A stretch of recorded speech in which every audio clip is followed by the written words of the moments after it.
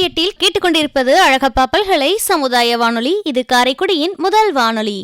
இன்று நம்மோடு பயனுள்ள தகவல்களை பகிர இணைகிறார் காரைக்குடியிலிருந்து ARS பாண்டியன் அவர்கள்.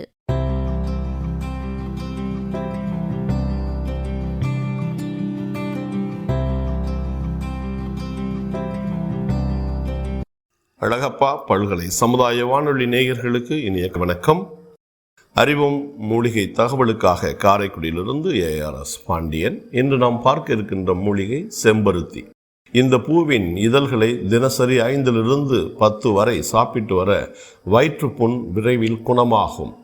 நீண்ட நாள் கருவுறாமல் இருக்கின்ற மகளிருக்கு கர்ப்பப்பையில் இருக்கின்ற அனைத்து நோய்களையும் போக்குகிற ஒரு அருமருந்தாகும்.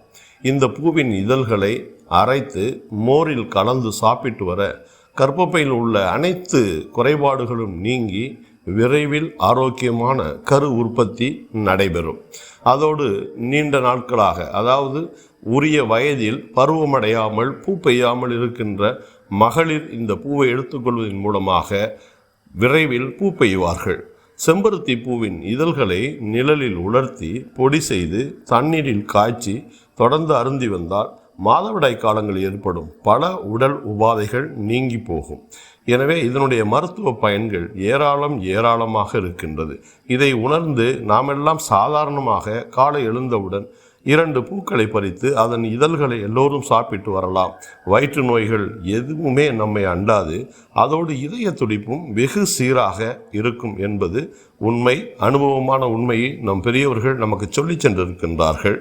எல்லோருமே தற்பொழுது வீடுகளில் அழகுக்காக வளர்க்கின்ற இந்த பூக்களின் மருத்துவ பயனை அறிந்து முறையாக பயன்படுத்தி வாழ்வோம் வளமுடன் என்ற தகவலோடு கூடுதல் ஒரு சிறப்பு தகவலாக இந்த செம்பருத்தி பூ மலேசிய நாட்டின் தேசிய மலராகவும் போற்றப்படுகிறது என்பதை கூறுகின்றேன். நாளை மீண்டும் ஒரு மூலிகை தகவலோடு சந்திக்கின்றேன். நன்றி, வணக்கம்.